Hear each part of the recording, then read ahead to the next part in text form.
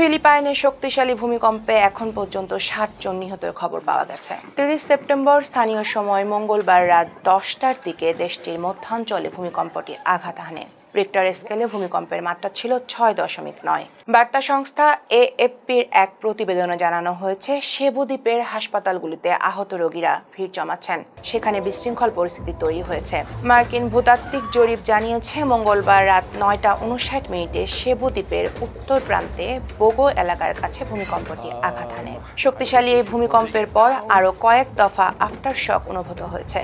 ফলে আরও ক্ষয়ক্ষতির সংখ্যায় লোকজনকে বিভিন্ন ভবন থেকে বের করে আনা হয়েছে। সিভিল ডিফেন্স অফিসের ডেপুটি অ্যাডমিনিস্ট্রেটর রাফায়েলিতো আলেজান্দ্রো বলেন, এখন পর্যন্ত ৬০ জনেরও বেশি মানুষের মৃত্যুর খবর পাওয়া গেছে। আমরা বহু হতাহতের খবর পাচ্ছি। বোগো এবং সেবু ছাড়াও একাধিক শহর ও পৌরসভায় জরুরি অবস্থা ঘোষণা করা হয়েছে। ভূমিকম্পের ফলে এসব শহরের বিদ্যুৎ সংযোগ বিচ্ছিন্ন হয়ে যায় ও বহু ভবন ক্ষয়ক্ষতিগ্রস্ত হয়। ভূমিকম্পের পর সেবু প্রদেশ জুড়ে জরুরি অবস্থা ঘোষণা করেছে কর্তৃপক্ষ।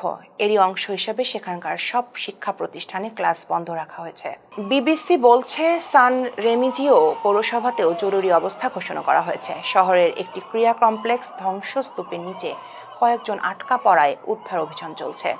এদিকে ভূমিকম্পের পর সুনামি সতর্কতা জারি করা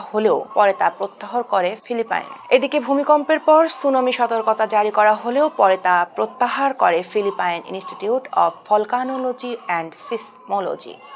সংস্থাটি জানায়, সমুদ্রপৃষ্ঠের সামান্য পরিবর্তন হলেও এর প্রভাব কেটে গেছে। টেডি ফুন্টিলাস নামের এক উদ্ধারকারী বার্তা সংস্থা এএফপিকে বলেন, তিনি এক পলকের জন্য ঘুমাননি।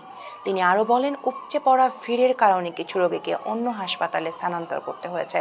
গুরুতর আহত রোগীদের সংখ্যা বেশি হওয়ায় চিকিৎসা কর্মীরা হাসপাতালের বাইরেও অনেকের চিকিৎসা করছেন।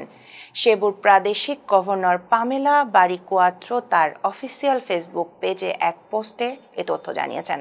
প্রাদেশিক উদ্ধার কর্মকর্তা উইলসন রামোস এএফপিকে বলেন, ধসে পড়া ভবনের নিচে বহু মানুষ আটকে পড়তে পারেন। অন্ধকার ছাড়াও আফটার শকের কারণে রাতভর উদ্ধার প্রচেষ্টা ব্যাহত হয়েছে। ছিলাম মাহিরা আফরোজ। ফেস দ্য পিপলের সাথে থাকার জন্য ধন্যবাদ।